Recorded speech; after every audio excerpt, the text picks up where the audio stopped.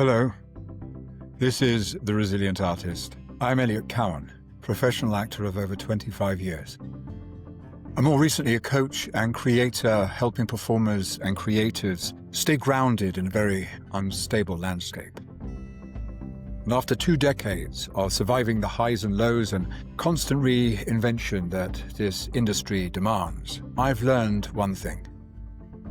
Resilience isn't an option. It's the job.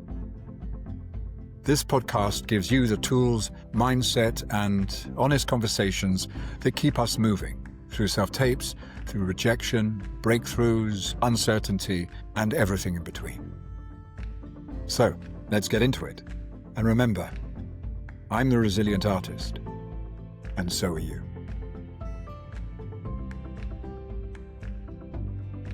Right, hello. It's Elliot here, the Resilient Artist. I just wanted to jump on here really quickly as we get closer to Christmas Day, when everything gets a little bit pushed aside and hyper-focused on family and all the good stuff that we should be gathering together for. Work should take a back seat and be dismissed for a while, and I know a lot of people would have checked out for the year. It's not quite the same always for us freelancers, artists, soul traders, actors, creatives, what have you. I don't have a hard end date, I don't have a hard start date, and probably neither do you. But I have been working on this project lately quite hard, but I haven't had enough time to get as far down the road as I wanted to. However, I don't want to finish this year and leave me or anyone who's watching a sense of sort of completion or lack of bridging over to the new year. Because I'm really aware that as we near the end of a year and we prepare for a new one, there's a lot of opportunity amongst all the mulled wine and mince pies and good times to be a bit reflective on what you've been left with, what you've achieved, what you've got coming up, and where you are in the sort of fulcrum and balance compared to people around you who've got regular jobs and have got salaries and incomes and contracts to take care of all that side of their brain. They, of course, have other limitations or compromises or worries. Everyone does. But they're sort of taken care of, at least for the time of Christmas and into the new year. In fact, they're probably not really looking forward to going back to work in the new year because their commitment is compulsory and their attitude towards it is kind of irrelevant. They've got to get up and do it every day, 5 days a week, whatever. We, as creative artists, as resilient artists, we have to look around for other things to give us that kind of motivation, support, direction, income, sense of self, sense of purpose that sometimes seems a little bit thin on the ground at the end of the year. Certainly my experience of my industry as an actor, every year, diminuendos throughout December. And unless you're on a job that carries you over into the new year, which I have been several times lucky enough to be, then you are very aware of the slowing up of the industry, perhaps sooner than you want it to. And you're also aware that as you go into Christmas period and you haven't got anything locked off and squared away and offered you for January, it's going to probably be till February that you're waiting around for the next opportunity, even if you went straight into auditions on the 2nd of Jan or whenever it is, and were really lucky to have a quick turnaround. You're not going to be looking at work before Feb, if not March. And if you're sitting in December thinking, holy cow, this is expensive. Christmas is always more expensive than any other months. And I haven't earned for a couple of months. It's all slowed down or longer. And my auditions have slowed down. And I know that that's not going to convert. Nothing's going to convert and get going again until January, mid-Jan, late Jan. Then it's worrying. So yes, you can certainly be getting to this time of year and think, holy shit, I've had a good year, maybe. In my case, I've had 2 really good jobs. I've had lots of bits and bobs, and I've had loads and loads of self-tapes. But I'm at this position just before Christmas where everything I've just said as a hypothesis is true to me, apart from the fact that I now have a calling. I now have a purpose outside any of that, which is to talk to you about being a resilient artist. And in so doing, I'm nourishing myself, I believe. It's not purely altruistic, although I really want to be of service to whomever this reaches, whoever has a connection to it, whoever it strikes a chord with. I want to have a purpose to you, to serve you, navigate some of the things parallel to my experience that you're having.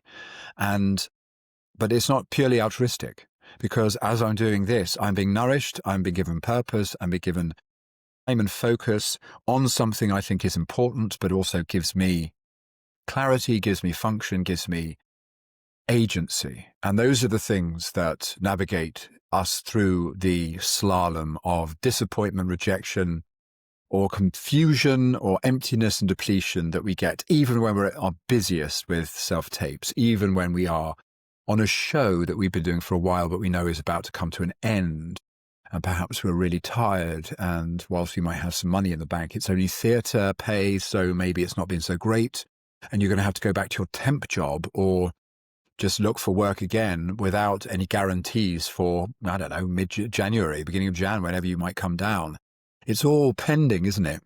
It's all going on all the time. And it's just a matter of keeping the different levels on your graphic equalizer at a sort of rational and manageable, not necessarily uniformity, but balance.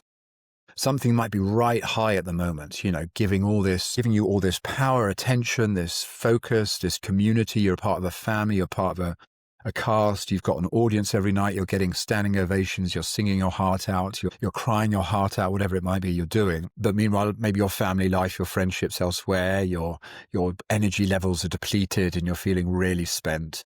You're going to miss most of Christmas because you're on Christmas Eve, Boxing Day through to New Year's Eve, New Year's Day. I've been there. It's great and it's also hard, but you're grateful for it. And so you don't want it to end, but it's going to end. And then, you're back to square one. Or you've been out in the slips for a while, waiting for something to come through, working hard at what self-tapes you get, but they're not converting.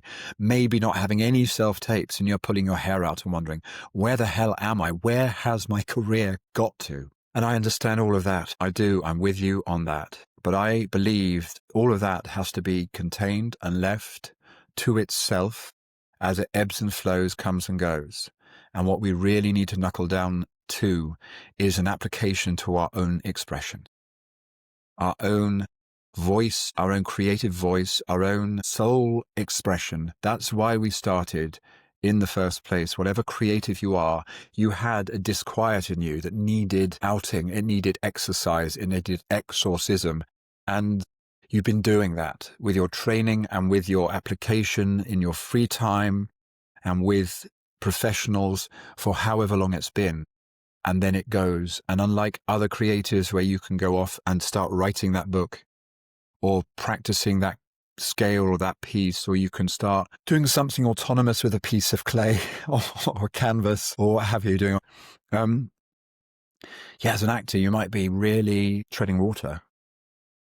And if I can tell you anything that I've learned over these 25 years of being an actor, it doesn't stop with just being called to the stage, called to the rehearsal room, called to the studio, called to the booth, called to set. It doesn't. You need to find your means of expression that lives outside all of that. You need to be able to take yourself off every morning, any afternoon, when you wake up in the middle of the night with a dream still lingering in your memory, or any given lunchtime or walk that you go on. Engage with your creative mind, your creative expression and output, and put it into something. Put it down on something, put it out on something. It's going to grow into a tree if you've planted the seed in some way. Don't just brush it off and think, well, that's not what I'm trained for. That's not what I'm here for. I'm waiting for that director, that writer, that casting director to find me. No. No one's going to find you. And if they find you, they're only going to find and use a portion of you. And then that's going to be discarded. And you'll be left back alone wondering where it is your creativity has gone. You need to find that space, alone or with someone, that you can be creative and be expressive without any invitation to. You need invitation after a fashion. You do need some kind of invitation. It's a sort of self-invitation, or allow me to be giving you that invite, that permission to be that autonomous. You might be scared of where it takes you.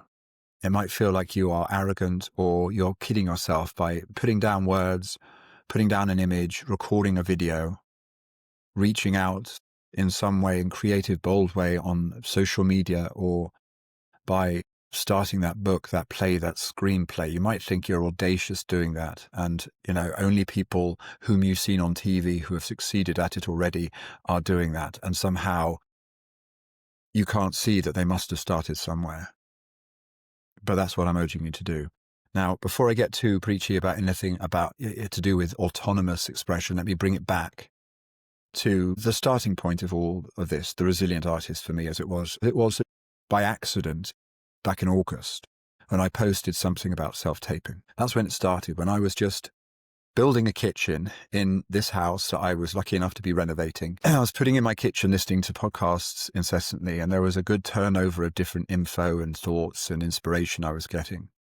And also in my mind was the residual memory of reading articles and comments in the newspaper and the stage or whereabouts about self-taping being a sort of frustrating and unfair experience, how much people were spending their money on it, how much people were being excluded, isolated, how it was somehow elitist and somehow judgy and somehow divisive, and it was not like the good old days, and it was a terrible evolution that our industry has undergone. And I was like, yeah, if you want to look at it that way, if you want to look at this whole shebang that way, you will see a myriad of problems.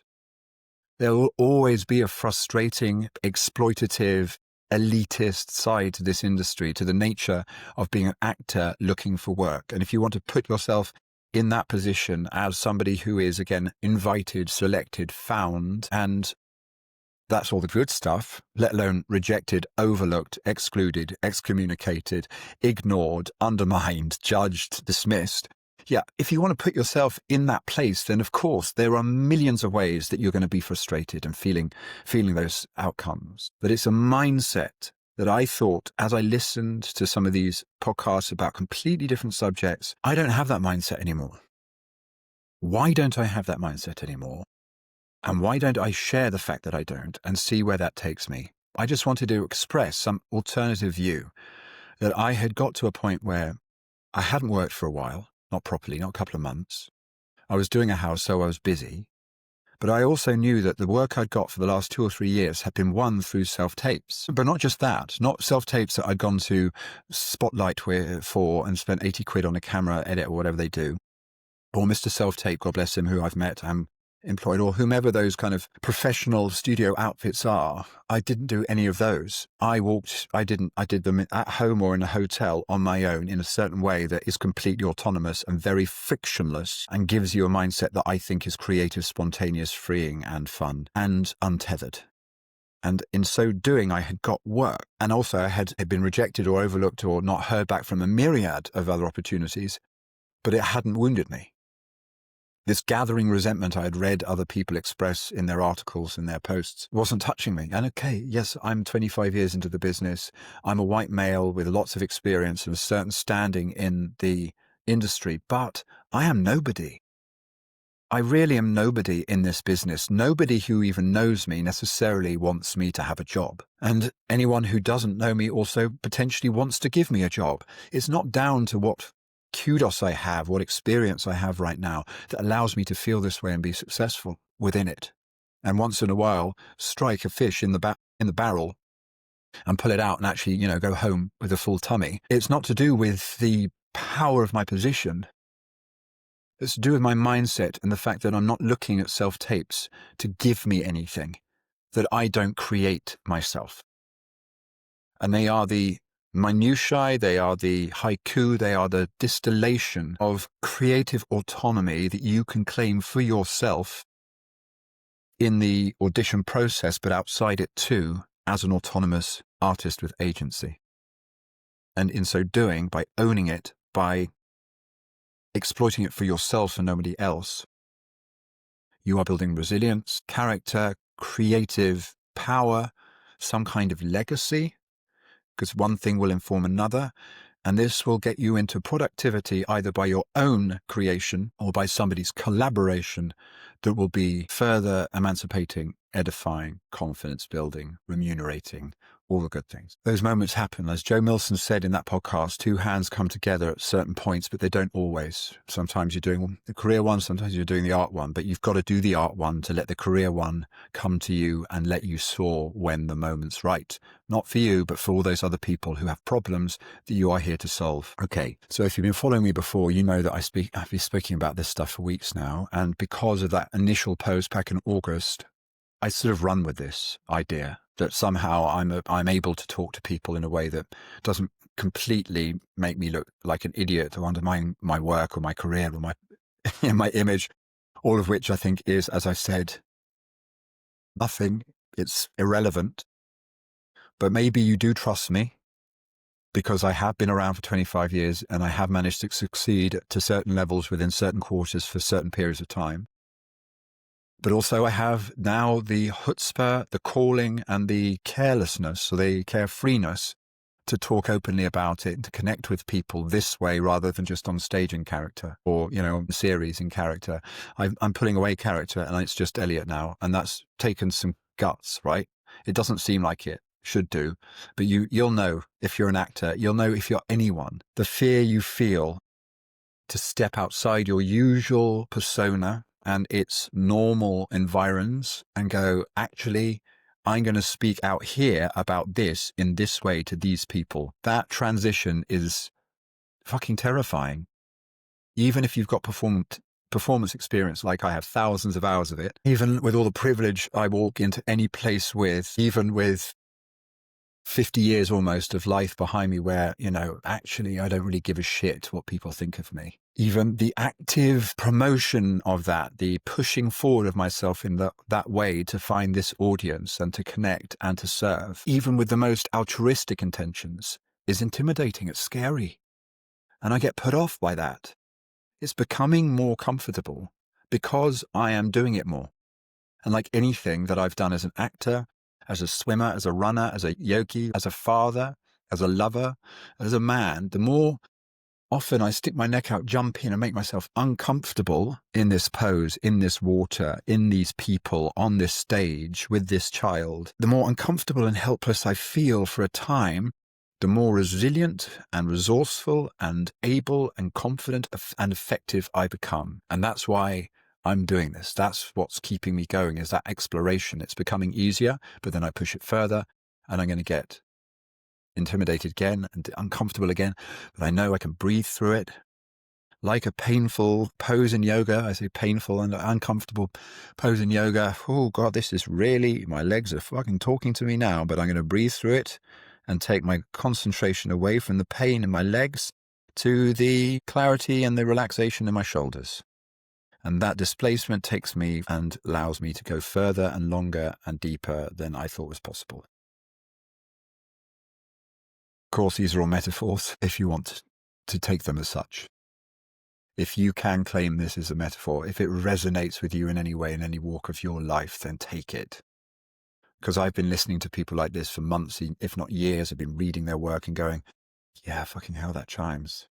And they don't know what they're talking. They don't know how close to my experience they're talking. They're talking about something very parallel, very specific to them. But wow, the connection's there just because I'm here to listen. And so might you be to this. Anyway, this is all to say, perfection isn't helping anyone.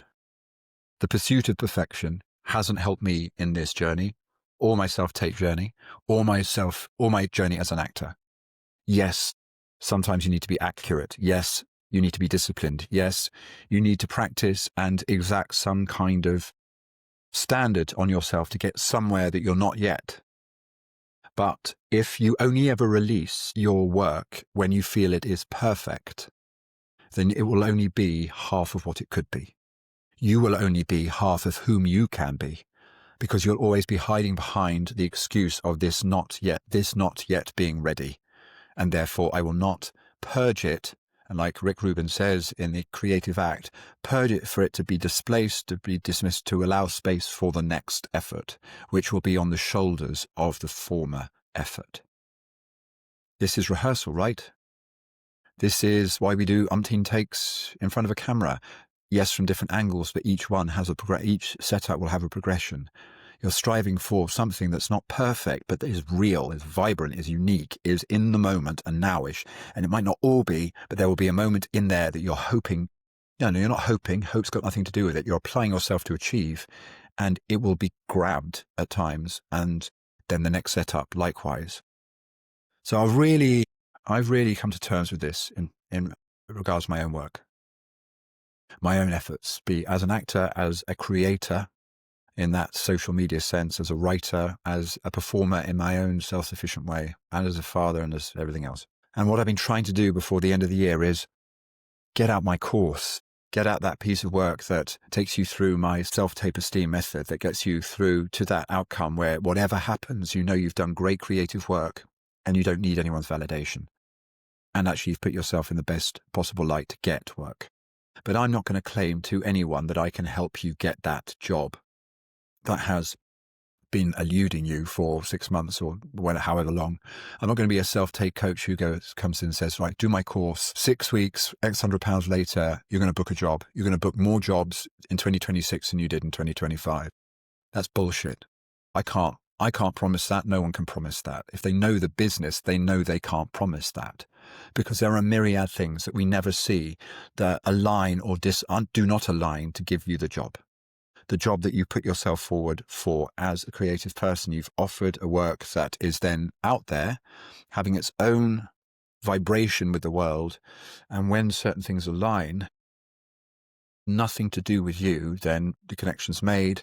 And almost like fertilizing an egg, the baby's, it's conceived and it will start to grow. That experience in your life. But God knows how many of those sperm will go swimming past the egg before that happens. So perfection is not for me. And I'm not going to sell anything to you that gives you any guarantees. That is up to you. And if you're asking yourself, like, how long till I get a job? If I do your course, how many days, how many weeks, how many auditions will it be before I get a job? And if you're asking that question, my course won't be for you. What I will be teaching, what I hope to reflect to you, back to you, is the reframing of creativity through self-tapes that are not outcome driven, that aren't about you ticking off these criteria that are going to give you the best chance to get a job. I'm here to help you weather the storm by digging deep into your autonomy, agency, and authenticity, sitting in that space, auditioning from that space with the foundation of someone who knows they're creative, who knows they're unique, who knows that their essence and instinct is the sort of raw material that any other collaborator will be lucky to connect and work with. But the fact that it might not be for the right time and the right moment has got nothing to do with your own artistry and success, that you are already in possession of all of that without their affirmation, validation, and choosing. And if you think it's about, I just got to do X, Y, and Z, and then I'll be successful enough in these, I'll start smashing these self-tapes and start booking these jobs, then you've got the wrong mindset for the kooky loopy method. You will not achieve by my idea, by my experience, what I'm calling self-tape esteem. That is a unique terminology for a common experience. You've had it sometimes. You've been able to step into a room, audition, and step outside and go, I've done my best. That was great. All round, that was a great experience. I know I did my best work. I know they were good people and they appreciated me. I know that project is good. I know you've had that experience where all of those things have been inside you, but you don't get the job. You still feel okay. You know that you are stronger than any of that experience and any of the negativity that came out of because it's not rejection at that time. It's not rejection. It's not a no. It's a yes. It's a yes, but you haven't solved their problem. What you brought will solve another problem instantly.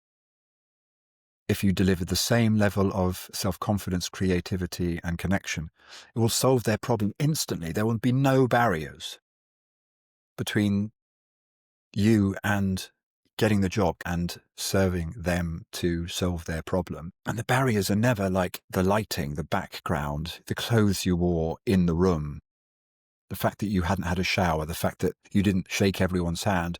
They're never going to be those things in a way that we're all told that those things are going to matter if you get them right and right and right and right. those aren't going to be the things that stop you getting the job. There's something else that won't be in your control whatsoever. It's all to do with the problem that they have and how they articulate it and what they're looking for. And even with the biggest song and dance of a wonderful creative audition that you've given your whole being to, and everyone would have gone, yes, that is amazing. It doesn't mean you get it. It doesn't. And they're not being disingenuous, and they say how brilliant you were. And you know that feeling. You've had it. I've had it. And I want you to have it every time in your control when you do a self-tape.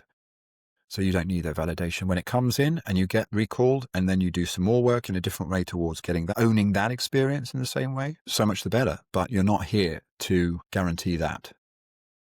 What I want to guarantee you is the self-tape esteem, the autonomy, the self-belief, the kindness, the acceptance, the complete location within you of your essence. Sharing of that, the courage to share that in the way that I am with you now through myself on this medium. No character, nothing, no script. Same essence, emanation, ownership, presentation, locking in with, but in a self-tape experience, which seems tiny, innocuous compared to a fucking video like this. How can I demonstrate so much essence? You will. We'll get there. And this is the point. My course isn't ready yet, but I want you to feel like there's something for the new year you can commit to, you can find, you can lock in on, that is there for you to hold you in this aspiration until you completely own it yourself and you need no one else in the way that I do. And I'm releasing the first episode of my yet incomplete course for free on all my platforms. That's Substack, The Resilient Artist. That's going to be YouTube. That's going to be my podcast. Bits of it will be on Instagram. The first episode, which is only about 20 minutes long and is much the same as what I'm saying here, in many ways is just going to be available for any actors out there who feel that they are struggling in this transition into the new year. They're just doubtful of how strong they're going to start in 2026. And no one wants to have a slow start in 2026. I'm offering this introduction so you can get a taste of what I talk about and where I'm going with all this before it's complete, to give you that sustenance as well as a mince pie, and a brandy until the new year, where I've got it finished and the whole thing is available to you along with my ebook, which is basically the written course. And then I go into granular detail in the video course. So you get both pieces. You can refer back to either at any time, and you got the shorthand and you got the longhand until that's complete for you to buy and to have and to develop into the new year.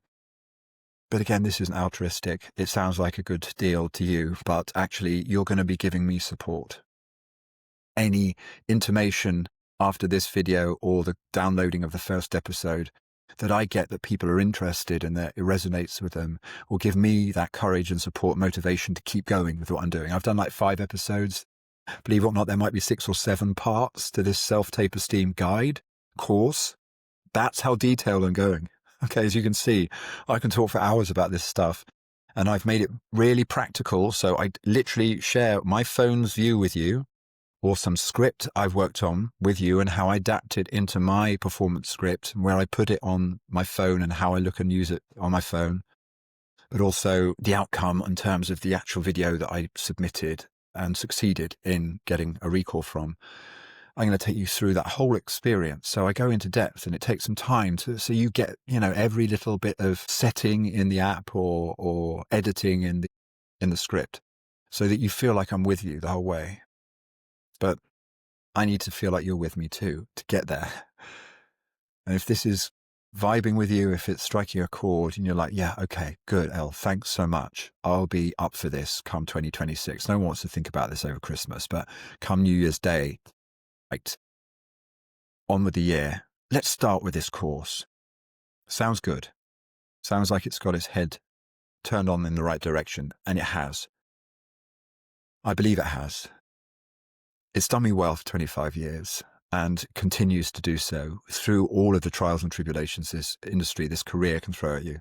We don't know what's coming around the corner with Netflix and Warner Brothers and Paramount. We don't know what's going on with streamers and brand channels investing in TVs and movies. YouTube exploding. We don't know what's happening with AI. We don't know what's happening with tariffs, thanks Donald, etc., etc. We have no control. We are these corks bobbing around on the open ocean. But like every cork, you have got great constitution. You're densely packed with buoyancy, with fiber, with organic fiber that is knitted together that actually will last forever on that sea until maybe a whale comes along and gobbles you up with all the plankton, and then you get turned into something else. And wouldn't that transformation be exciting? Anyway, you get the metaphor. Let's just leave it at that. That's my plan. The Resilient Artist plan for you going into the new year. I'm going to get more organized. It's going to become more professional as I go. But like I said, perfection is the enemy of progress, and I want to progress. I want to get this going, and I don't believe that you're looking for perfection from me. And my self-tapes aren't about perfection either. So this is exemplary of my, is that the word?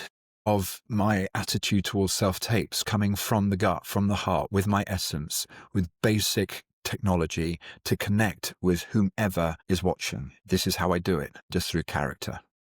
And I want you to feel the same confidence I feel now, wherever you are on your journey, because there's enough to go around. So let me know how this sits. Go and see the episode when it's posted on Substack for free on YouTube, the podcast version, whatever. Go and check that out. See how it vibes. Let me know you're interested, and I'll push forward with the first proper how to do it type starting with the moment you get an email from an agent and how you feel about it. That's really important. Growing from there, right? And I want to carry you through into 2026 with this kind of brotherhood or sisterhood or this community. That's what I'm here for. That's what the Resilient Artist's for, okay? I look forward to it. Merry Christmas. Happy New Year. Have a great time. I'm the Resilient Artist, and so are you.